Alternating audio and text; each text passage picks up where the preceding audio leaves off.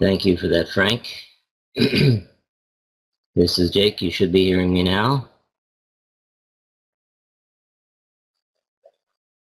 Thank you. So we are ready to begin. And as always, thanks for being here. Whatever day it is, whatever time it is, wherever in the world you are today, tonight, or tomorrow, thanks for being here. And today is going to be very different. The reason I say it's going to be very different is we're not going to be dealing with the standard type indicators or the standard type approach, or for that matter, my usual approach, although there will be some elements in today's presentation of things that we already know or should know. The bottom line is that we're going to talk about how to pinpoint market turns using small trader sentiment.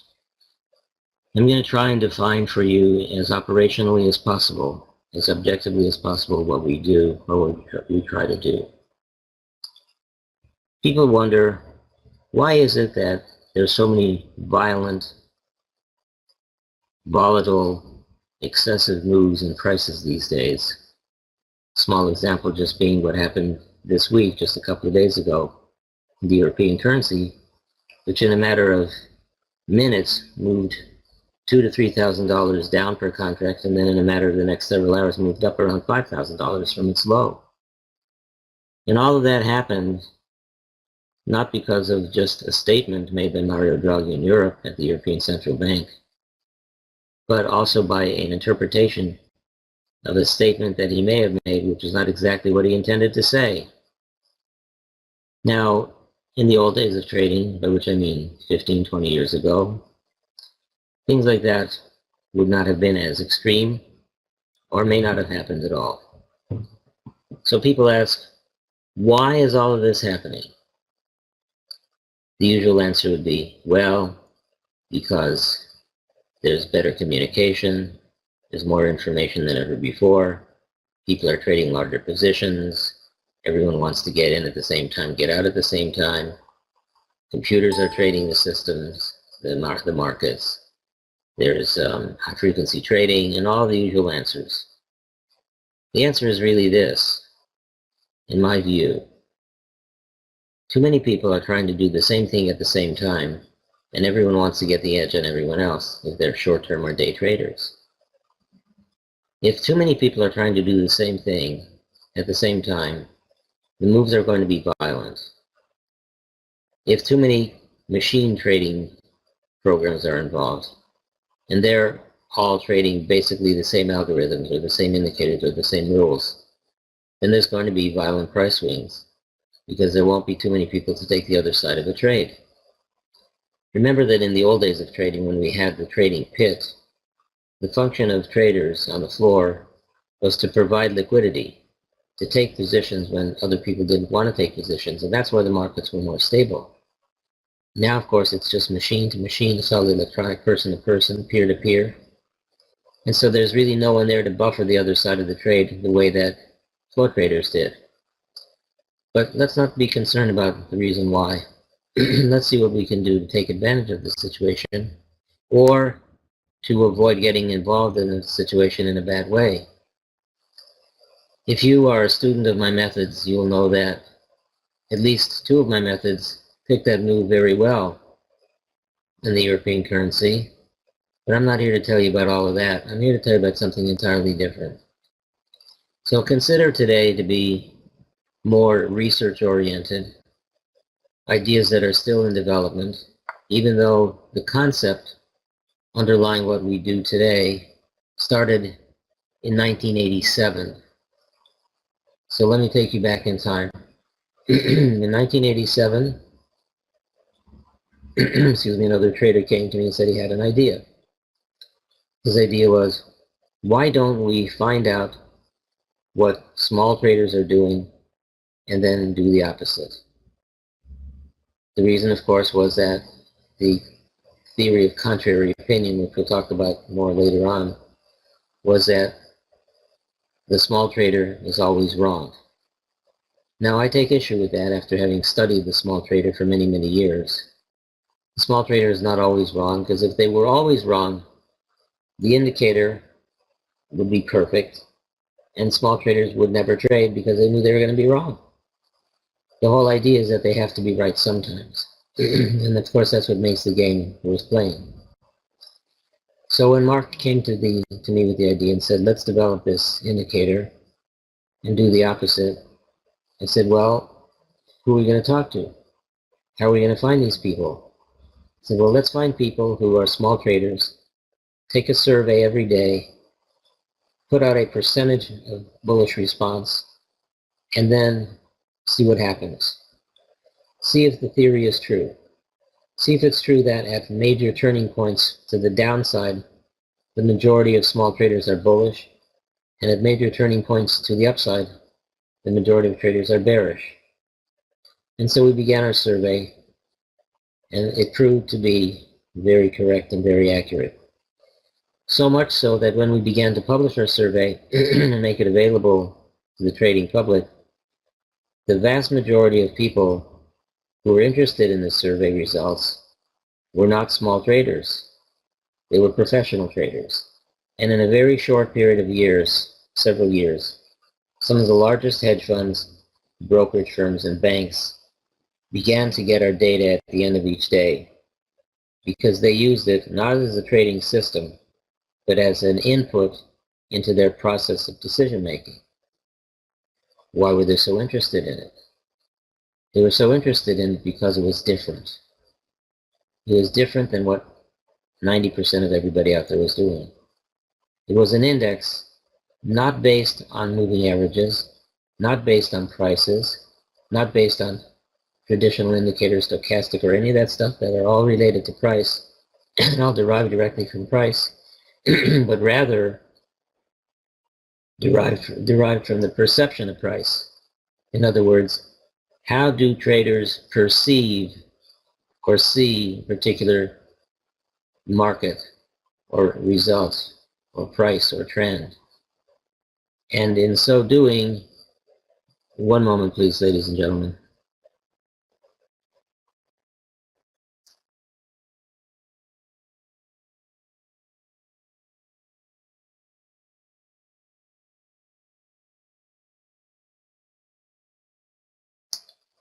So you're saying you can't hear me, Sharma, Shams? Can everybody else hear me okay?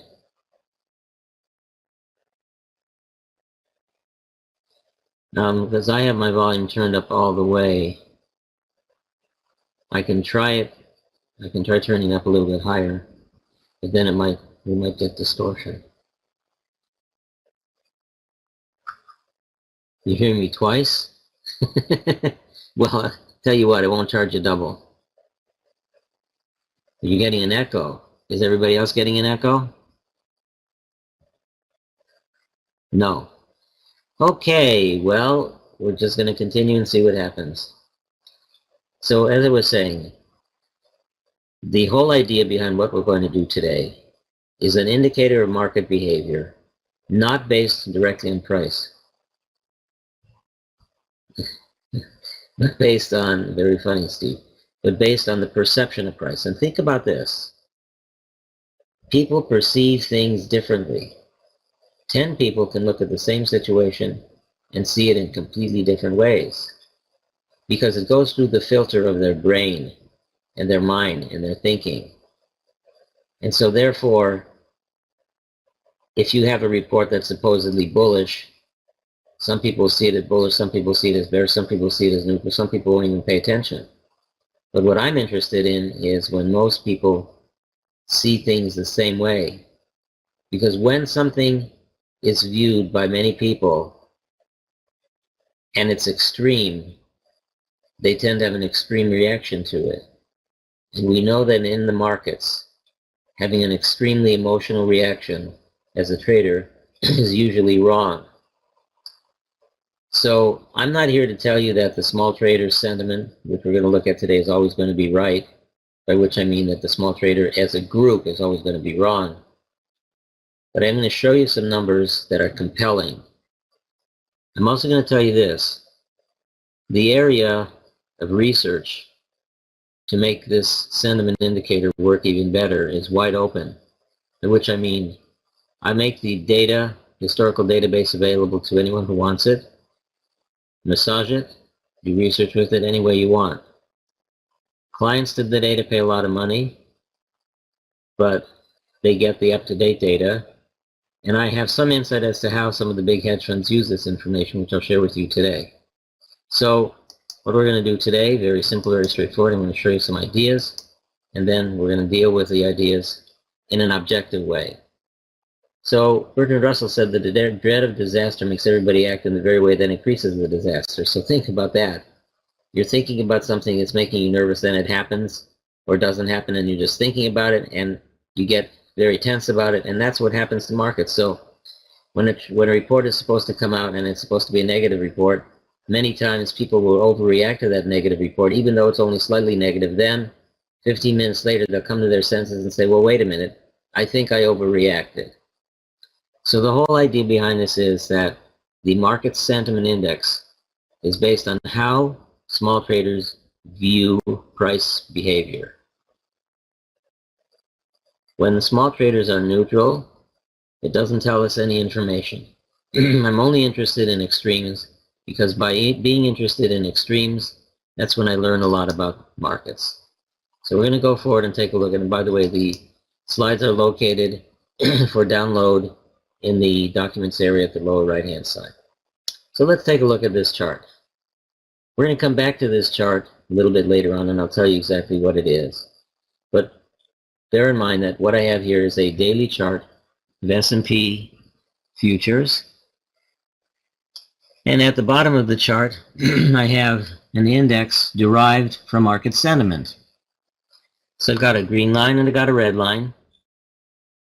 And if you take a look at the chart and just do a little bit of very quick analysis of the chart, buying when the green line crosses the red line over here, getting out when they cross and reversing over here and here, over here, and again. And if you take a look at these trades, and you take a look at the trades and use these trades or these crossing points as triggers, and you have a profit target and a follow-through, you will find that the vast majority of the signals, like buy over here, sell over here, buy over here, sell over here, buy over here, sell over here, and so forth. And then the most recent one, which is still long, buy over here, excuse me, buy over here is still along this market. That the vast majority of these signals turned out to be profitable trades. Not seeing my pointer. Okay, hold on one second, please. Let me rejigger that. Okay, hold on one second. We'll go through it again.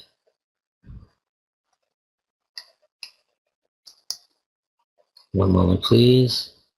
Okay, no worries. I'm getting it back.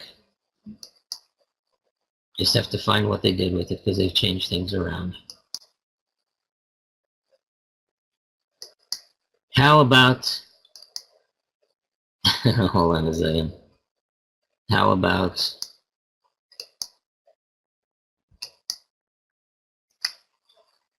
moment, please.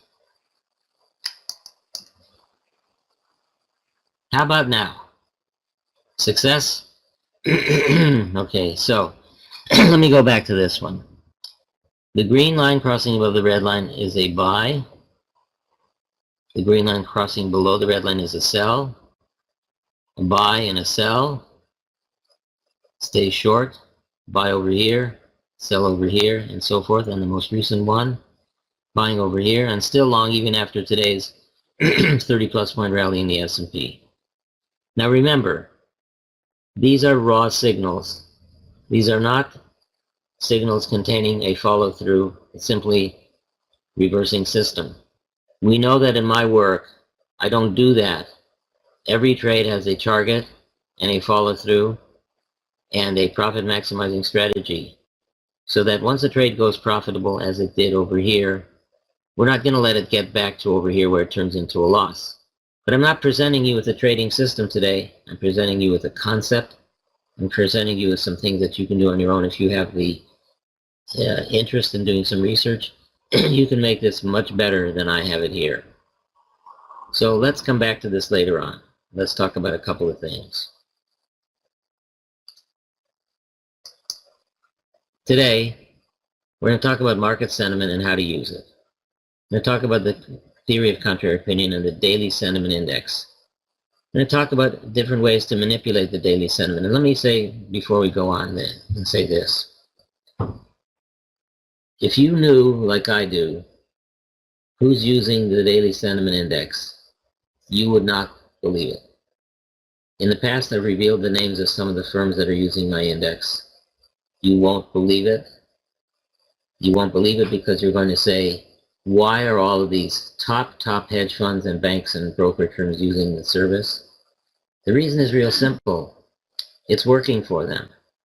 And I will share with you some number of other very important things. We publish the sentiment index no later than 2 o'clock California time. Sometimes if we're late, the phones here ring off the hook. And who is it that's calling? It's all the big hedge fund clients. Where's the daily sentiment? Why is it late? How can we get it? We need it sooner. How fast are we going to get it? Because it's an integral part of their decision-making process. And I'm not saying that they use it as a trading system. But when you see how the correlation goes between extremes in trader sentiment and price highs and lows, you'll understand why it's so valuable to them. And I'm not trying to get you to buy it. It doesn't matter to me. I do the research. I provide the data. We've got plenty of people who get this. What I'm saying to you is, if you have an orientation to do some research, this thing is wide open. By which I mean, there are so many more things you can do with this than I have. So I'm going to show you different ways to use the daily sentiment index and how we add timing to it. I'm going to show you some of the history of daily sentiment in a number of markets. I'm going to show you 5 different ways to implement it to improve the trading. In other words, how to use it as a tool with some of my other work so that you can say, okay, it appears that there is a momentum divergence trigger to buy crude oil. What does the sentiment say? Is the sentiment extremely low? Is the small trader very negative on crude oil? Well, that's interesting. We've had a divergence set up and trigger. The small trader is very negative. Beautiful combination. Is there a timing indicator that we can develop out of the sentiment indicator to confirm the indicator that we're using in our work regularly, such as divergence, 8 open close, and so forth? And the answer is yes. I want to show you how this all works together. For one purpose, of course, to improve your timing. For the one purpose, of course, to make more money or to lose less money, or to manage your trades more effectively, or to make fewer trades with better results. We're going to look at some daily and weekly data for the daily sentiment and some monthly data. We'll look at short-term and intermediate-term trading. We're going to talk about the behavioral characteristics of market sentiment. It's very important to understand when to use a sentiment and when not to use a sentiment. And we're going to talk about why the small trader is not always wrong. And we're going to see some very clear evidence which makes you very suspicious about being too negative about the market, too positive about the market just because the small trader is negative. In other words, I'm saying don't, excuse me, don't always find yourself wanting to do the opposite of what the small trader is doing, because there are many times when the small trader is right. So don't buck that trend. Use it as part of a process. So again, I'm going to stress what I always do. It's a process. Use the process. As I said, I will provide you with all of the sentiment history. Do what you want with it. Chris Moody is here, and he's developing I believe he's already developed the ability to look at the daily sentiment index on the TradeStation software. It's already available as an add-on to the Genesis software, so you can see how I use it. Okay, so look, 56 of the top hedge funds in the world use the daily sentiment in their work. 6 major brokerage houses. At least 3 of the biggest advisory services in the world, including Elliott Wave. Many banks and a lot of big data analytic firms. Why? Because the daily sentiment gives them another way of looking at markets that's not related to what they're already doing. If you go to a trading software program like Genesis and you bring up the indicators, you're going to see there's probably about 100 indicators there. As I said before, Practically every one of them is derived from price. They look at price as a moving average, as an oscillator, as a divergence, as an MACD, as an ADX, and so forth. Because most indicators are related directly to price, they will look the same, other than if you use different periods. So 14-period moving average is going to look a little bit different than a 7-period moving average, but it's still going to be related to price. The sentiment is not related to price, and I said before, I'm going to say it again, it's related to the perception of price, and that is extremely important. So let's take a look at a couple of things. 90% of all indicators are based on price. Most of them do the same thing most of the time. Let's talk about contrary opinion. Contrary opinion is a theory that in order to make money in the market or to be right on the market, you have to do the opposite of what most people are doing. That theory has been around for a long time. There's books about it.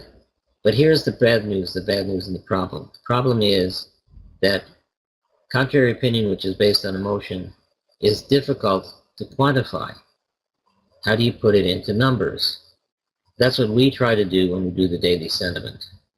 That's what they try to do when they do the put-call ratio or the odd-lot short sales.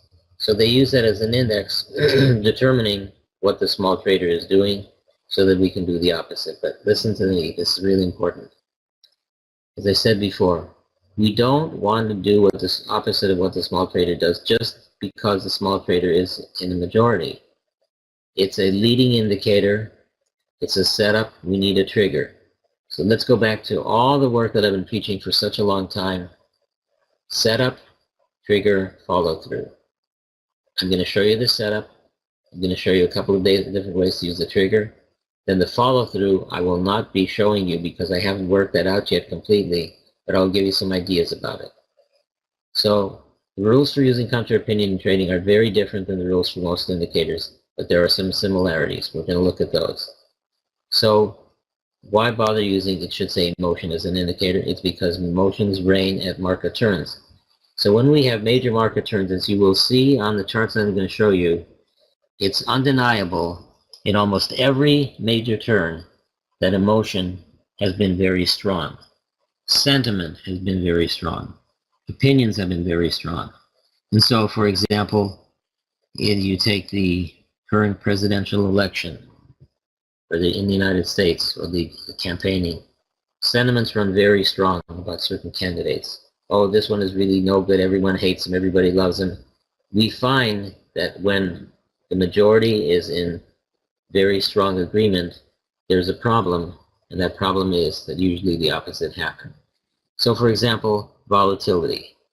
Volatility is very simple. It's very emotional. Traders are very emotional these days. As I said before, when you have moves like this, which happened on Thursday, let me show you if you haven't already seen it.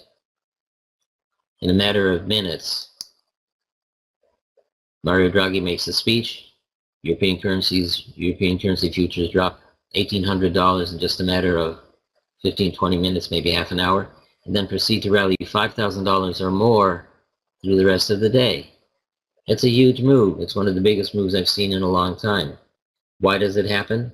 It happens because traders are trying to do the same thing at the same time, or they've got their orders in the same place at the same time, or they're trying to use the same trading strategies, or computers are getting in and out at the same time, and that's the problem.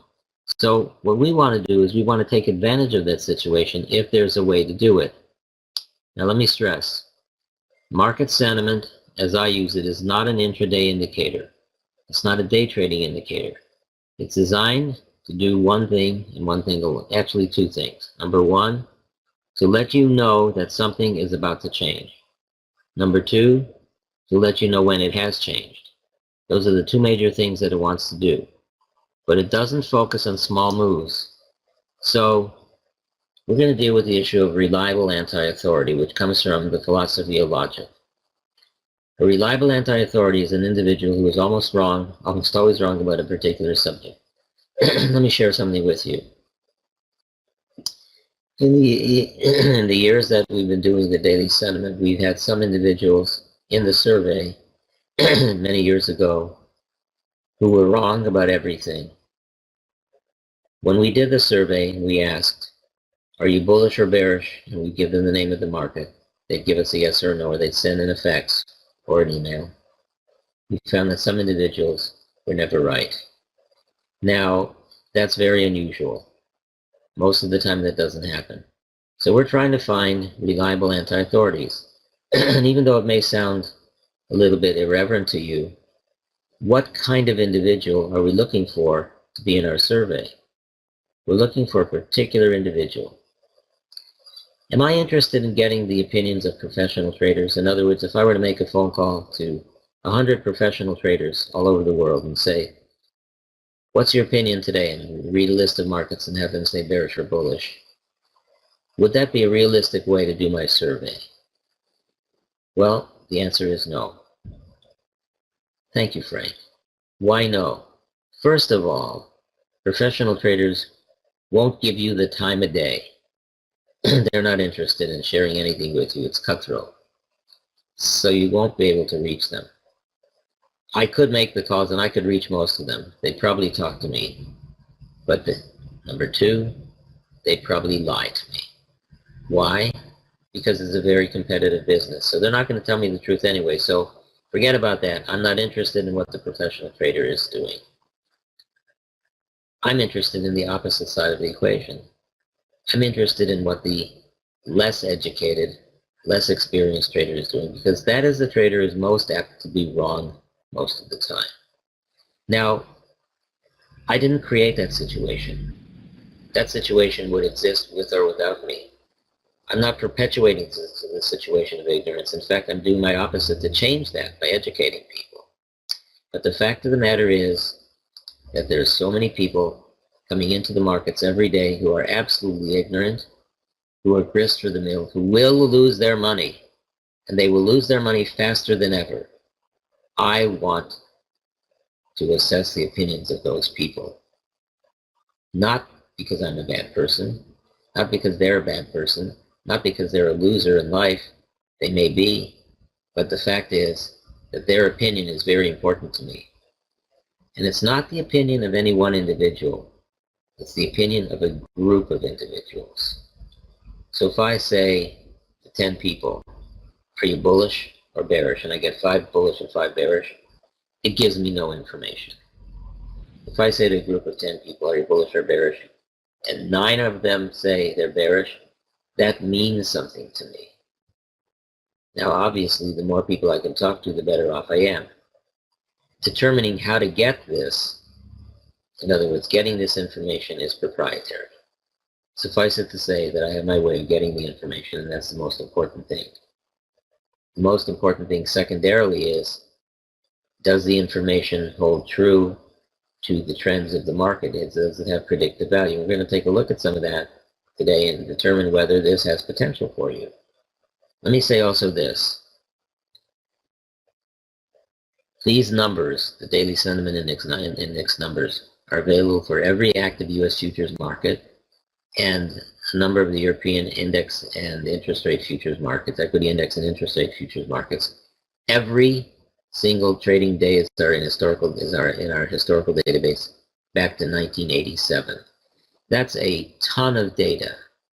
And so a lot of the hedge funds who buy this data from me, who get the service from me, will get the data, they'll do the research, and within a matter of days they'll come back and they'll say, we want to get a subscription because it's working for us.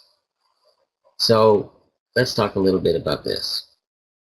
Let's talk about machines and emotions.